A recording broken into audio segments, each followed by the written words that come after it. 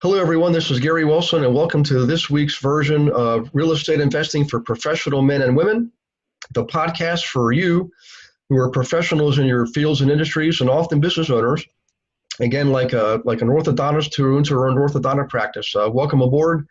Our philosophy is we don't really advocate the no money down owner financing investing, although we do that. It's not the end all be all. It has its place, but it's just not in every place. So we do get creative, but sometimes it's creative on the back end. It puts us in control. We also invest honorably and ethically in our areas, and we make it a win-win for everybody, the community, the tenants, the owners, everybody involved. It's long-term, more prosperity for all those involved and for you particularly. So welcome aboard. If you haven't joined the community, please feel free to do so. You can visit myinvestmentservices.com, click on the members area. And if you're not already a silver level member, you can click on the button to give you the info on that. You can decide to join if you like. And also, if you haven't subscribed yet, please do so. The podcast, Real Estate Investing for Professional Men and Women, is available on 75 different channels, including iTunes, iHeartRadio, Stitcher, so forth and so on. So in any case, enough of that. Good news is we got a great guest today, Chuck Blakeman. His podcast is Get Off the Treadmill. And he's very versed in the couple industries, particularly the dental industry and also in investing. So he's a great candidate for this podcast and has a wealth of experience. We just were talking about one particular area that we both know and appreciate. So Chuck, welcome aboard. I appreciate you taking your valuable time and expertise to share with our folks here. My pleasure, Gary. This is what it's all about. I'm excited. Good. Hey, if you wouldn't mind, Chuck, just to provide a little context for everyone, we'll get into some what and some how and some why. But just start off with who you are. For some people probably know you, some people may not, and bringing this context in will help them appreciate more about what you're sharing. You bet.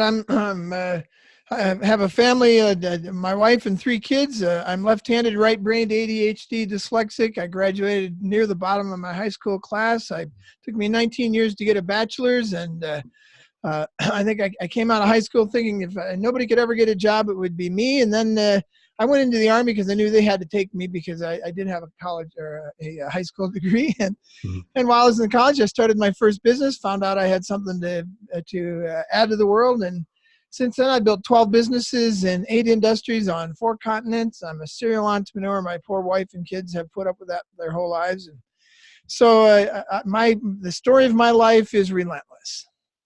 Yeah, I love it.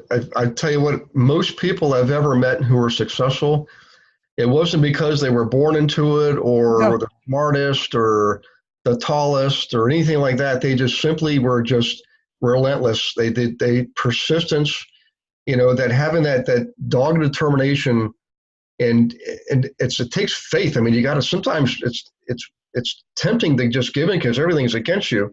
When you're in business for yourself, you know that, but just don't ever give up. My gosh. So I'm glad you got that out there in the first 60 seconds. That's awesome. That's the beginning and the end. If you're not relentless, you're in trouble. It's not for the lucky and it's not for the gifted. It's for the relentless. Yeah. In fact, I think there was a book I read titled Relentless. I wish I could remember who wrote it. Well, there is a book out there titled Relentless, and that's actually a book I'm writing. You can't copyright a title. That book's about 20 some years old, and so I've been working on a book with somewhere near the same title. Relentless, a story of never giving up. And it's not just my story, but it'd be the story of a lot of people who have gone that direction and the science behind it as well, which is fascinating. Yeah, I agree. Hey, if you wouldn't mind a little more context here. You mentioned early in life you started a business. Would you mind sharing what that was and what your experience was? Was that, did you eventually sell it or? I've only failed at one business, and that was actually a nonprofit oriented business. We were attempting to solve poverty in Africa, and I threw really all my life savings at that. And that's turning out to be a failure. That's my only giant failure. Everything else has really more than broken even, or we've sold it. In most cases, I simply drifted away from it because, again, as an ADHD dyslexic, I went to music school. I didn't go to business school. So I would get bored with businesses. and I'd find the next one, and I'd move on to it until I found some things that I absolutely loved, which I've been doing now for the last 10 years, in 12 years, just advising other business owners on how to build their business, particularly in the dental space. So the first business I got involved in was, it actually was, ironically, leadership development, leadership consulting in the Army. And I look back and I cringe. I wonder how many people's lives I damaged as a 26-year-old in the Army, pretending I knew something about leadership. It was a joke, but I've done all kinds of crazy things. Landscaping. I landscaped my yard, and somebody knocked on my door and said, "Who landscaped your yard?" And I said, "I did." And he said, "Well, I'm putting in 80 acres over here. I'm putting 80 houses on 40 acres over here. Can you landscape those for me?" And I went into the landscaping business. And so I've just kind of been all over the place, importing leather luggage from Colombia, and direct mail and call centers, website development, branding and marketing, just everything across the board. Probably one of our more successful businesses was a logistics business. We went from 2 million to 9 million in under 3 years, and sold it to the largest firm in that industry. So we had a good run, but I've been all over the map, and it took me probably 40 some years to figure out what I really enjoy doing. If people ask you, what do you want to do if you grow up? I would never say, I had no idea. Yeah. And it took me until I was probably 45 to realize the answer to that wasn't a vocation for me. The answer to what do you want to be if or when you grow up has more to do with the contribution you can make. And I realized I wanted to have an impact in other people's lives. I wanted to live well by doing good. And I'll do whatever I have to do that. Yeah. Well, I appreciate that. And what's interesting, you're obviously, you have the entrepreneurial gene flowing through your blood. Sadly, yes. That's it. Yeah, you're a subserial entrepreneur. And it's funny, I knew this about myself early on. I just didn't pursue it. But what really struck me as unusual was I love building businesses. I just don't like managing them. And so what would happen is I'd build them up to a certain point, they'd plateau, and I'd say, okay, been there, done that, and I would sell it. And I'm thinking, is something wrong with me? Turns out everybody I met who's an entrepreneur does the same thing. It's just part of how we're designed. So the thrill is in the building part. That's right. Yeah. I was always good through the first iteration. If you make me go around again, I'll kill the business and everybody in it. It's, so I'd have to sell it or move on. And so I've learned that about myself, and I get other people to manage the day-to-day. There you go. Who love doing that and who are really good at it. Yeah. Well, I'll tell you what, this is probably resonating with a lot of business owners out there. We do have a lot of business owners following the podcast, and hopefully that helps you all makes you feel a lot better about yourselves, and don't beat yourself up. Have fun, nourish that entrepreneurial and creative and genius gene, and nurture it. And when you build it, there'll people come along to want to buy it and maybe be better managers than you and I. So So if you don't, Gary, if you don't mind, I'd love to give a little tool for people that I've learned. It's not just for business owners; it's for all of us, but it certainly does apply. I learned early on, because of my ADHD and my dyslexia and just my view of the world. I did a lot of things that didn't seem to work out. And I learned a different language for success and failure. I read a book a long time ago called The Art of Possibility by Zander and Zander. It's a good little book, easy read. And they talked about being fascinated instead of, too often we go to the other F word first whenever something happens, but, get the fascinated as fast as you can. And the idea behind that is no matter what you're faced with, whether you perceive it to be a failure or you perceive it to be a victory, everything in life really only deserves one response: fascinating. And I added to that fascinating. How did that happen? So that if it's something you didn't like, fascinating. How did that happen? You want to learn from it so you don't repeat it. And if it's something you loved, fascinating. How did that happen? Because you want to learn how to do it again. What do we do when we win? When we lose, we go get drunk, and when we win, we go get drunk. There's no learning in that. So we learn to call, instead of talking about mistakes, we never talk about mistakes in our business anymore. We talk about seminars. And there's 2 rules in seminars. So a seminar is something you thought was a mistake, but it's not. It's just a learning opportunity. And there's 2 rules in seminars: go to the shortest, least expensive seminar you can, and try not to repeat a seminar. There So you go. to me, that's really helpful language around this whole idea of success and failure. We spend way too much time beating ourselves up for things that went wrong when we should be looking at it and saying, all right, fascinating. How did that happen? How do I make sure that doesn't happen again? Or how do I make sure that good thing happens again? So hopefully that tool will help others. It certainly has helped me. Excellent. Well, I appreciate you sharing that. Hey, if I could, let's talk about maybe one of your real estate deals, or maybe an early one when you first got started. That might be good, because a lot of the folks we're speaking to are new or newer. Maybe they've got a dental practice they've had for 3 years and are ready to build some passive cash flow. But if you wouldn't mind, give us an example of one of those, and we can maybe dig deeper on some strategy and things like that. Sure. Well, we had no clue what we were doing. We didn't have any, when we first invested, we didn't have any idea at all. And we didn't really invest in the classic sense. What we did was we moved from one state to the next. And we did that. We moved 7 times in the first 14 years. And every time we moved, I just instinctively looked for the worst house in the best neighborhood. Mm-hmm. And I mean a dog. It would take realtors 2 or 3 days to really believe me that I was looking for something. I wanted to hear it bark a block away. It was so bad. Give me a dog.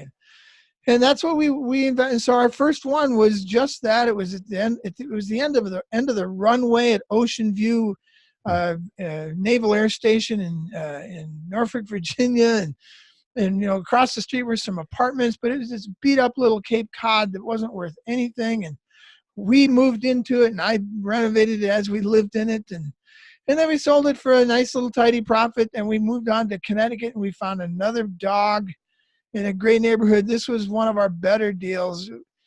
Each house had an acre.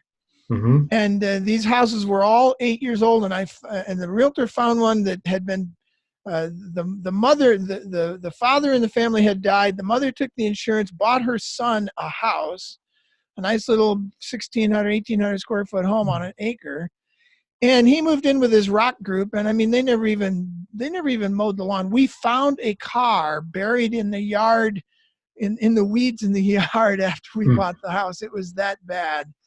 It was structurally in great shape and cosmetically absolutely destroyed, which is just a wonderful combination, because everything was there, the furnace and all the HVAC, it was all great, the roof, but the place was destroyed cosmetically. So we bought that for we offered something, they came through and appraised it for $5,000 less, and we ended up getting it for that. And, wow. Yeah, I think we bought it for $35,000. We put $8,000 in it, and 2 years later we sold it for $120,000 in an auction. So we just did that. That was our introduction, was to do a lot of that myself. And it's one of the things I would advise against for others doing this. Don't buy them and renovate them yourselves. But it was a very good experience for me, because it helped me understand when I could get other people to renovate for me. They couldn't pull the wool over my eyes, and it was just good experience to have done it myself, but not necessary. Yeah. Well, it's interesting you pointed out. When I teach people, I teach them, train them, coach them, all that. I'm a little bit of a contrarian, because most teachers and coaches will say, don't manage yourself, don't do anything yourself. And I do agree with that. However, in the very beginning, if you roll up your sleeves and get hands-on experience in the first 1 or 2 or 3, yep, it will serve you well long-term, because like you said, Chuck, you'll understand what's required, and you understand what to expect from other service providers, and they'll know what to expect, Yeah.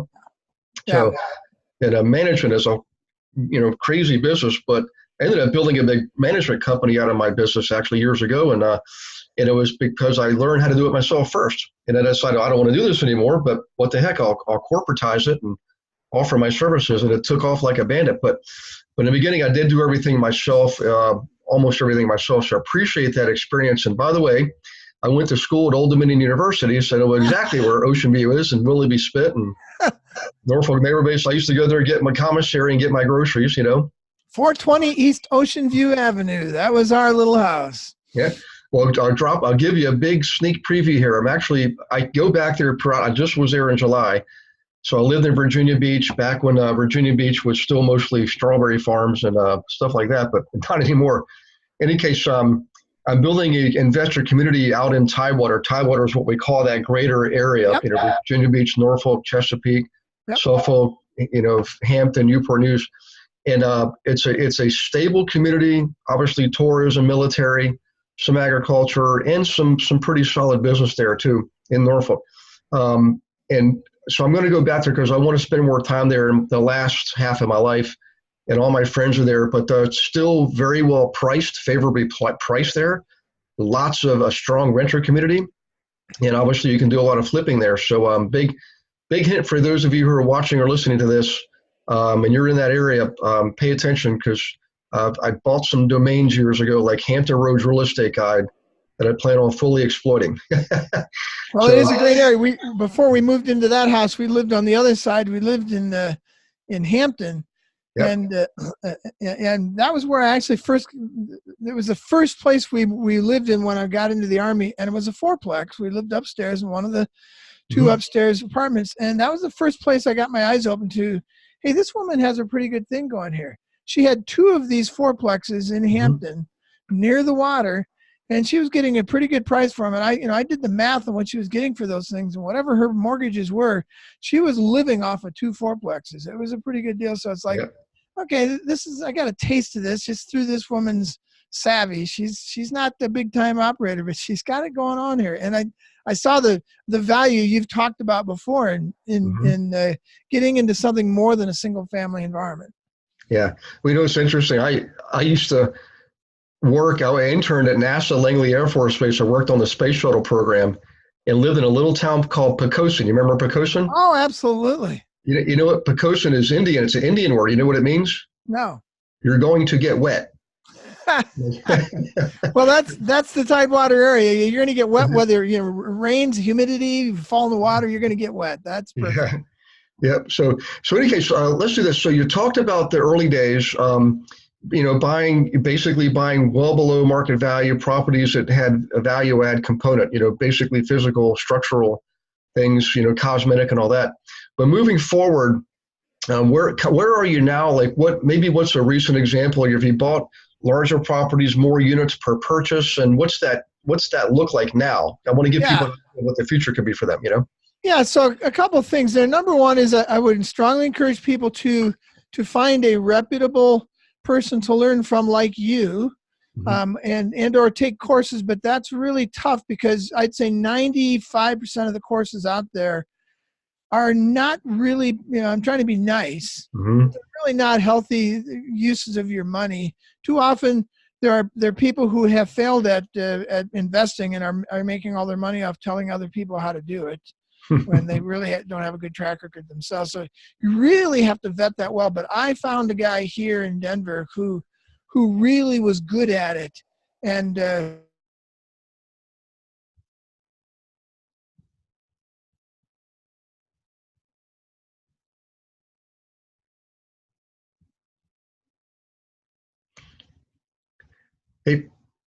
Hey, Chuck, if you can hear me,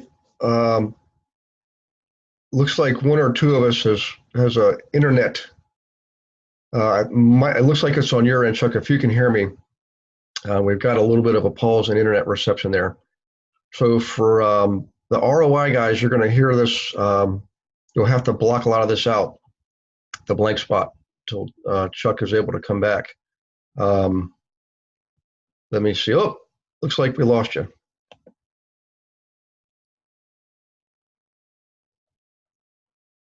Okay, I'm going to hit pause here, guys.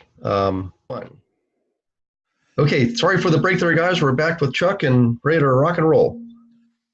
Yeah, so getting into bigger and better properties, we took a course from a reliable guy. We learned that the bigger the property, the more stable it was in terms of your investment. It's pure math. If you have one person in one house and that person leaves, you now have an empty house with no income. If you have a fourplex with 4 people and one of them leaves, you got 3 covering it. And so we've gradually moved up, and now we're into a 24 unit complex in Knoxville. We've looked at vetted some opportunities out there with some people, and we're looking at our second 24 unit complex in Knoxville, and those seem to be the right direction for us to go. But I'd say for most people, you want to start either start by investing with others or start small. Yeah. Well, I appreciate that sentiment too. I know for me, I learned also from everything I've ever accomplished in life was I can tie back to me learning something from someone else, taking their program, just mentoring with them. And one of the key things was all of the best investors, the ones that have thousands of units, they all progress up. They grow vertically. They buy bigger and bigger properties. And I can tell you from a personal experience, it gets easier to finance, it gets easier to manage, but start where you are. If you got to start with a duplex, start there. But have your sights on the fourplex and then use that as a stepping stone to the eightplex. But no matter what, just get started. And like Chuck said, get the education. You can never be too smart. I'm always learning. I'm learning from you, Chuck. I'm always learning. And whenever I learn something, it's like 10 more doors open up for 10 more things to learn, Yep. So, well, I appreciate you. Hey, you mentioned Knoxville, you mentioned Connecticut, you mentioned Tidewater, Virginia. You and I talked about this before the podcast. I'm tending to favor now more of the smaller metro areas like Knoxville, Fort Wayne, Indiana, Lafayette, Indiana. They're just, nobody pays attention to them. It's easy to find, people and properties. So as far as geography goes, what have you found there in your experience when it comes to investing? Yeah, one of the mistakes we made when we first started looking was that we looked at fairly small towns that seemed to have really good return on their values. You could buy a place for $90,000 and rent it for $1,100, and it was just a really nice return on your investment. But one of the things that we didn't realize there is that they lag well behind the market, and they come back slower. So you don't want to get into really small markets, even though it seems appealing. When you have a recession, they will drop faster and they will come back slower. So you have a lot less resistance to the economy in real small markets. But when you get into a bigger market, or you get into a fairly small market that has some insulation, and to me, insulation means built-in renter base, that kind of stuff, like Durango, Colorado, isn't very big, but it's got a really nice college crowd, and there's a lot of insulation against economic downturns in that kind of environment. Fort Wayne, Knoxville is much bigger. You get into those environments, they're not huge, but they're big enough to be insulated against that big crash. So that I like the smaller, mid-sized markets. And then you find those little niche markets like Fort Wayne or others where, for some reason, even there, it doesn't seem to bother. When the economy goes down, it kind of acts like a big city. Yeah, I love your explanation of that. It helps a lot. So now, timing wise, here's another interesting subject. I started back in January 1986, and of course, you probably remember all that happened there: Tax Reform Act of '86, the crash of '87. Oh yeah.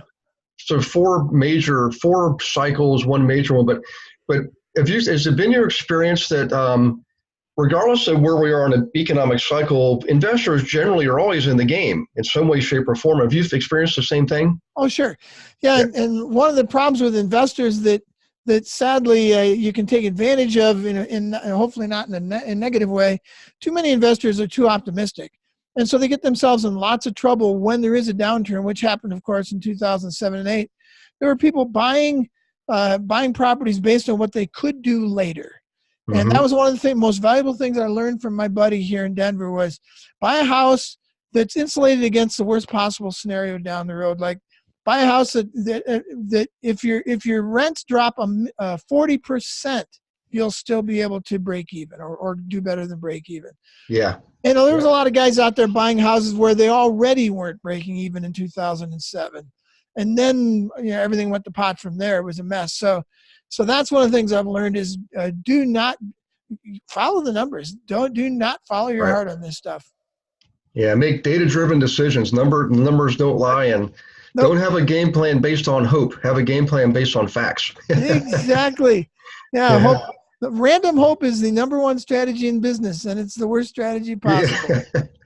Yeah. Well, I tell you what, I'm having a lot of fun with this, and you're bringing a lot of smiles to my face. And I want to go ahead and let people chew on this, but is there one final thought you can share with people, words of wisdom, maybe a big why for yourself that maybe other people would resonate with, something that drives you, Yeah, I think if you're investing, if you're doing anything for money, you're in the wrong game.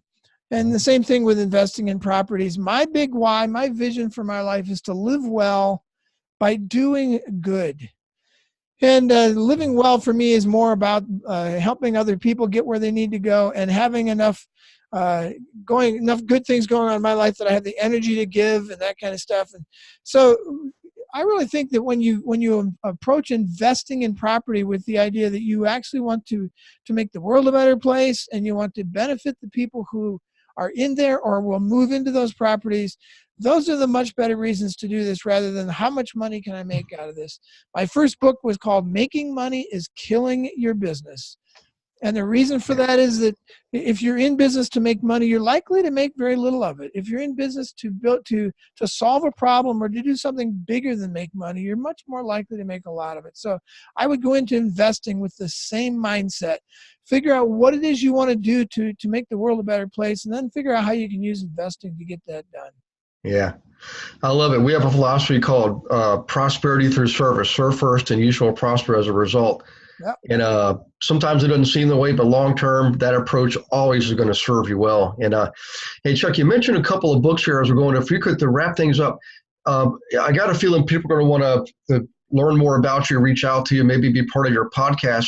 What can you share with our followers here? How can they get a hold of you? Where can they find you? Sure. If you don't mind, share that, Not at all. Very easy. ChuckBlakeman.com. B-L-A-K, not B-L-A-C-K. It's not Blackman, it's Blakeman. People make that mistake a lot. ChuckBlakeman.com. B-L-A-K-E-M-A-N.com. So that'd be the first place you could start. And you can find the books there. You can also find them on Amazon. Making Money is Killing Your Business is a book for people to figure out how to build a business. And we've worked with a lot of real estate people who have found that book extremely helpful, made study groups around that book in particular. So love to have you get that. And then you could email me at chuckblakeman@cranksetgroup.com. Awesome. Well, thank you for sharing that. And thank you for sharing your wisdom and your experience, Chuck. I mean, I love the fact that this world is, there are people who really do want to help and do want to, prosper through service, and you certainly fit the bill. So thanks again. I'd love to have you on again. For everybody listening, I think I speak for everybody. We thank you again for your time and experience and wisdom. And for everybody listening, God bless you and your families. We will see you next time. Real estate investing for professional men and women. Subscribe to on a number of different podcast channels and go to myinvestmentservices.com. Grab yourself some free books and join the community. We're all over U.S. and Canada, and we've got the most important thing is we've got real estate agents we train called investor agents to work with you and I. We've trained them to work with us investors. They know what they're doing. I tell you, I wish I had that 30 years ago. So there's a whole army out there waiting to serve you. So come on aboard and hop on the train. Okay, you guys take care, and we will see you next time. Bye-bye.